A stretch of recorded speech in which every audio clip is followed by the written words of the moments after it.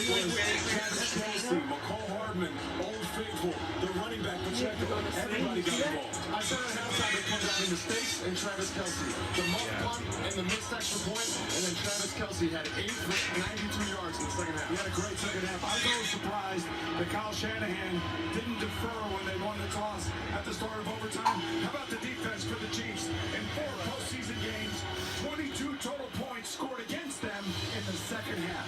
Patrick Mahomes is in rare air. Did Taylor come out yet? A game manager. He is a game executive, and the Verizon Super Bowl postgame show continues after this. Let's see.